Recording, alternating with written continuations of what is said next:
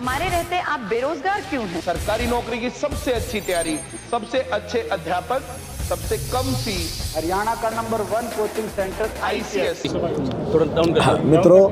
मित्रों देखिए, ये अपने आप एक विशेष बात है कि सभी अपनी अपनी जगह चुनाव भी लड़ रहे हैं और एक दूसरे के लिए वोट भी मांग रहे हैं। इस एकता को आप केवल भारतीय जनता पार्टी में देख सकते हैं और कहीं नहीं देख सकते हैं। इसलिए यही हमारी ताकत है, यही हमारी स्ट्रेंथ है कि हम सब 10 के 10 लोकसभा के और एक हमारे जो मुख्यमंत्री विधानसभा करनाल से चुनाव लड़ रहे हैं, तो 11 के 11 कमल खिला करके हम 4 जून को मोदी जी की झोली में डालने वाले हैं।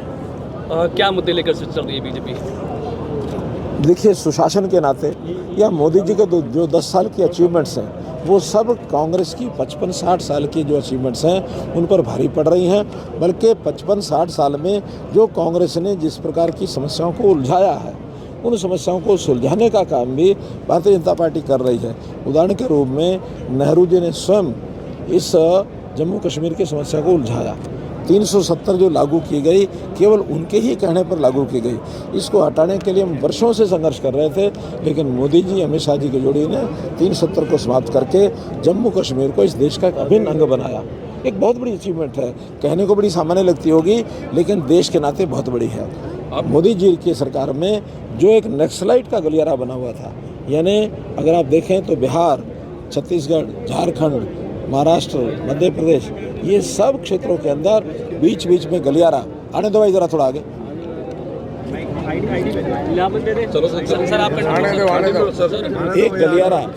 एक गलियारा जो बना हुआ था, उस गलियारे के कारण से कभी ऐसा लगता था कि कहीं ऐसा ना हो कि देश 2 हिस्सों में ना बट जाए। लेकिन उन्होंने नक्सलाइट्स के साथ अपनी टीम के माध्यम से, अपने जो सिस्टम है उसके माध्यम से बातचीत की। आज मैं कह सकता हूँ कि सभी जो नक्सलाइट्स हैं उन्होंने सरेंडर करना शुरू कर दिया, और सरेंडर करने के साथ आज देश, उसकी एकता मजबूत हुई है। नॉर्थ ईस्ट के प्रांत जिसको मैं कह सकता हूँ, जिसमें नागालैंड है, मणिपुर है, मेघालय है, मिजोरम है, आसाम है, वहाँ के लोग तो अपने आप को इंडियन कहने में भी संकोच करते थे। आज सब लोग देशभक्ति का पाठ पढ़ करके और आज वो भारत की मुख्य धारा में आ गए हैं। वहाँ बहुत पूरा विकास भी हो रहा है। मोदी जी, अमित शाह जी बार बार वहाँ जा रहे हैं, और तो और आधे से ज़्यादा प्रांतों में भारतीय जनता पार्टी की या तो सरकार बनी है या फिर वहाँ आज मजबूत विपक्ष में हम बैठे हैं। तो देश की एकता अखंडता बहुत बड़ा विषय है। मनोहर जी, आप भांजे के लिए तीसरी बार सिरसा आए हैं, क्या मैसेज देंगे? देखो, मैं कुल मिला के भारतीय जनता पार्टी के प्रत्याशी के लिए आया हूँ। संयोग से भांजा है और उसको टिकट दी है, तो वो कोई इतना बड़ा विषय नहीं है, वरना आप यही चलाओगे। मामा और भांजा जीत पाएंगे? मामा और भांजा हमारे 10 के 10 लोग जीतेंगे लोकसभा में, और मुख्यमंत्री हमारे विधानसभा जीतेंगे। मैंने पहले ही कहा, 11 की 11 सीटों पर कमल खिला के मोदी जी की सर, देखने में आता है कि मामा भांजा की बनती नहीं है, लेकिन यहाँ खूब बन रही है। देखिए, वो मामा भांजा जिनकी आप बात करते हैं, वो सदियों की बात हो गई है, और सदियों में ऐसा विषय नहीं है। मामा भांजा का प्यार भी बहुत होता है जब होता है, ठीक है ना। इस प्यार के नाते से निर्दलीय विधायक बीजेपी का साथ छोड़ चुके हैं, कांग्रेस को समर्थन दे चुके हैं। अब जो राज्यपाल को भी लिखा गया है, खासकर दुष्यंत चौटाला और कांग्रेस की तरफ से लिखा गया है कि विपक्षी पार्टियां हैं, उनको जो चीज़ें लिखनी है लिखें, उसमें असर नहीं पड़ता है, क्योंकि उनका जो गणित है 30 और 3 जमा 33 करते हैं।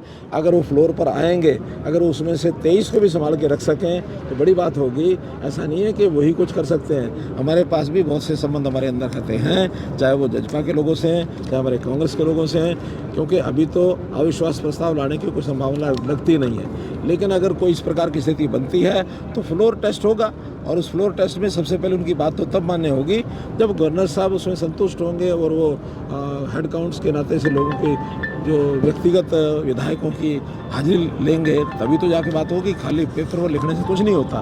तो इसलिए ये गवर्नर साहब पर निर्भर करता है, स्पीकर साहब पर निर्भर करता है कि आगे कार्रवाई क्या करें। सर, जेजेपी की कई विधायकों ने बीजेपी को समर्थन दिया है, अलग अलग दिया है। मैं यही तो कह रहा हूँ कि वो केवल 30 जमा 3 का गणित ना सोचें, दूसरे गणित पे जो बन रहे हैं उनका विचार करेंगे तो ध्यान में आएगा। उनकी हिम्मत ही नहीं है कि इस बात को आगे बढ़ा सकें। Thank you.